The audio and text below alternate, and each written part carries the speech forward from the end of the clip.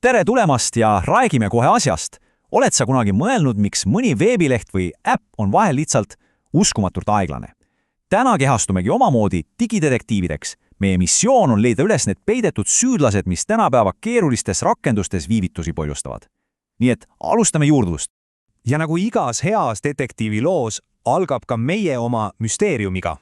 See on üks väga levinud ja ausalt öeldes frustreeriv käebus, mis on vist iga arendaja õudusunenägu.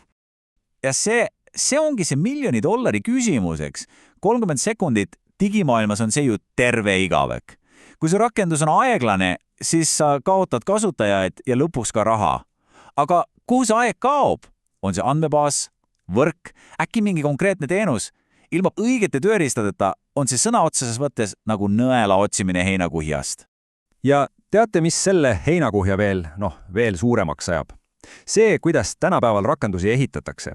Vanasti oli meil monoliit, üks suur ja loogiline koodikamakas, kus kõik toimus ühes kohas. Nüüd on meil mikroteenused. Kujuta ette näiteks Bolti äppi. Üks pisike teenus tegeleb sinu sisselogimisega, teine arvutab sõidu hinda, kolmas otsib sulle juhti. Ja kui üks ainus päring peab liikuma läbi 10 selliste teenuste, muutub süüdlase leidmine peaaegu võimatu. Aga mis siis, kui oleks olemas mingi kuldne lõng, mis seob kokku kõik need eraldiseisvad sammud, mis siis, kui me saaksime iga päringu teekonda jälgida algusest lõpuni läbi kõikide nende teenuste? Ja täpselt see ongi hajutatud jälgimise, geniaalselt lihtne idee. Hetkel, kui päring siseneb süsteemi, antakse talle kaasa unikaalne identifikaator, jälje ID ehk Trace ID. See ID on nagu pakikleeps, mis reisib koos päringuga läbi iga mikroteenuse, jättes maha digitaalse leivapururaja.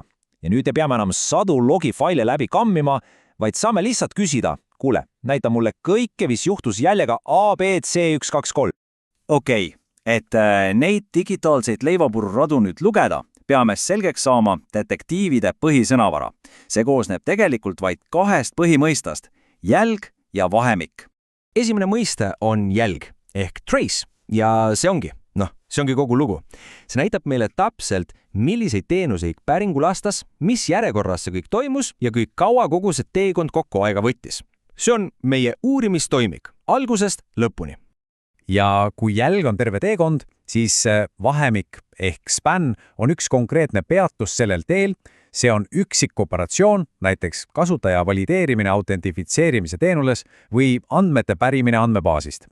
Iga selline vahemik ütleb meile täpselt, mis ja kus toimus ning mis kõige olulisem, kui kaua see aega võttis. Nii et iga selline vahemik on põhimõtteliselt nagu väike asitõendite kott. See sisaldab jälje ID-d, mis seob selle teiste peatustega, operatsiooni nime, täpset kestust millisekundites ja igasuguseid kasulikke silte, nagu näiteks HTTP staatuskood. See ongi kogu info, mida meil süüdlase leidmiseks vaja on. Selge. Aga et kõik need asitõendid saaksid korrektselt ja mis peamine ühtemoodi kokku kogutud, on meil vaja 2 asja. Reeglistikku ehk standardit ja uurimislauda ehk tööriista, millega neid kõiki analüüsida.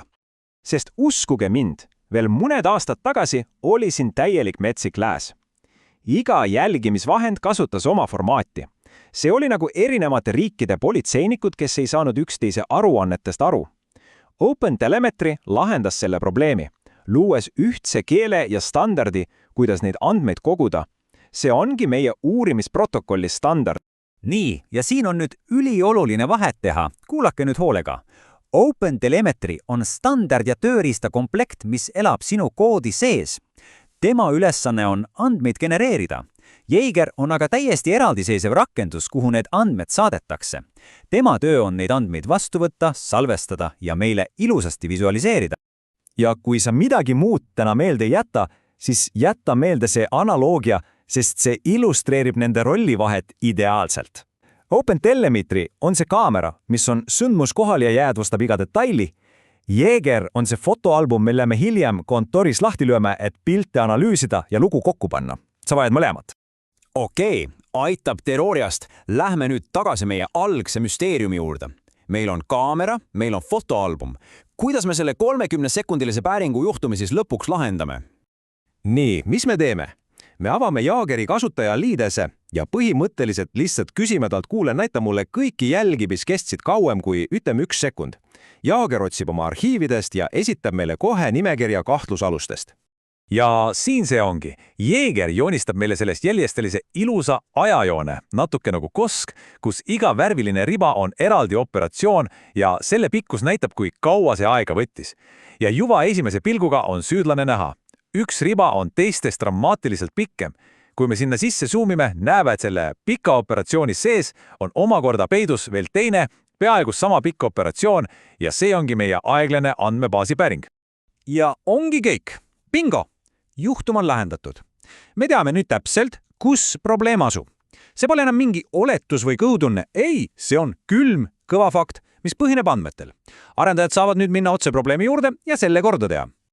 Okei, meie detektiivtöö oli edukas, super, aga tegelikult on jäljed vaid üks osa suuremast pildist. Et saada tõeliselt heaks uurijaks, peame mõistma jälgitavuse 3 põhialust ehk sammast. Need on 3 erinevat signalitüüpi, mis koos annavad meile täieliku ülevaate. Mõõdikud on numbrid, protsessori kasutus, päringute arv sekundis. Need ütlevad meile, et midagi on valesti. Logid on tekstisõnumid, mis annavad detailse kirjelduse ja ütlevad, miks midagi valesti läks. Ja jäljed, nagu me just nägime, näitavad meile täpselt kätte, kus see viga peitub. Ja need 3 koos, need on nagu supertiim. Mõõdikute graafikul olev hüpe annab meile häire. Jälg aitab meil leida täpse mikroteenuse ja operatsiooni, mis selle põhjustas. Ja selle operatsiooni logid annavad meile viimased detailid vea parandamiseks. Justkui päältnägijate tunnistused. See ongi täielik jälgitavus. See on tegelikult päis võimas tööriist, eks? Hajutatud jälgimine muudab selle keerulise mikroteenuste maailma täiesti läbipaistvaks. See annab meile justkui röntgen nägemise, et leida üles probleemid, mis varem olid täiesti peidus. Nii et mõtle korraks, kui sul oleks selline tööriist, siis milliseid müsteeriume sina oma töös esimesena lahendama hakkaksid? Aitäh kuulamast ja peatse kohtumiseni!